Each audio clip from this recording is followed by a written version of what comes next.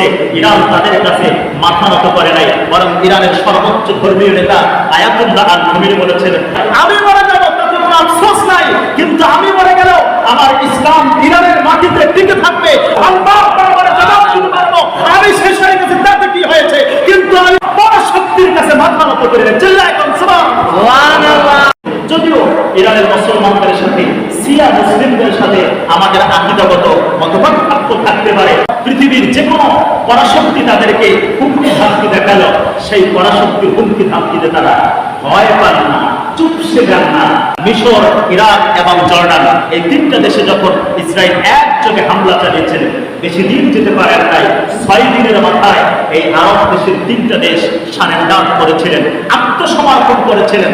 আজকেও বিশ্বের শক্তিধর রাষ্ট্র আমেরিকাও মনে করেছিল ইরানের উপরে যে হামলা চালিয়েছেন ইসরায়েল 6 দিন নয় বরং 3 দিনের মধ্যেই তারা আত্মসমর্পণ করবে, কিন্তু সেই যুদ্ধ গড়িয়ে আজকে 10 দিন পর্যন্ত চলছে। ইরান তাদের কাছে মাথা নত করে নাই, বরং ইরানের সর্বোচ্চ ধর্মীয় নেতা আয়াতুল্লাহ আল খামেনি বলেছেন, আমি মরে যাব তাতে কোনো দুঃখ নাই, আমি মরে যাব তাতে কোনো আফসোস নাই, কিন্তু আমি মরে গেল আমার ইসলাম ইরানের মাটিতে টিকে থাকবে। আল্লাহ দরবারে জবাব দিতে পারবো আমি শেষ হয়ে গেছি তাতে কি হয়েছে, কিন্তু আমি পরাশক্তির কাছে মাথা নত করি না। চিল্লায় কোন সুবহানাল্লাহ। আয়াতুল্লাহ খামেনিকে আমেরিকা বলেছিল, তুমি আমার দূতাবাস থেকে 56 জন সৈন্যকে গ্রেফতার করেছো, আমার আমেরিকা থেকে যত খাদ্য রসদ যায় সব খাদ্য রসদ কিন্তু বন্ধ করে দেওয়া হবে।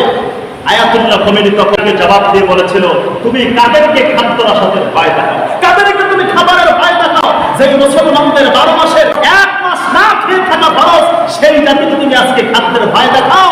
তোমাদের মতো কাফেরদের খাদ্যের পরোয়া আমরা করি না।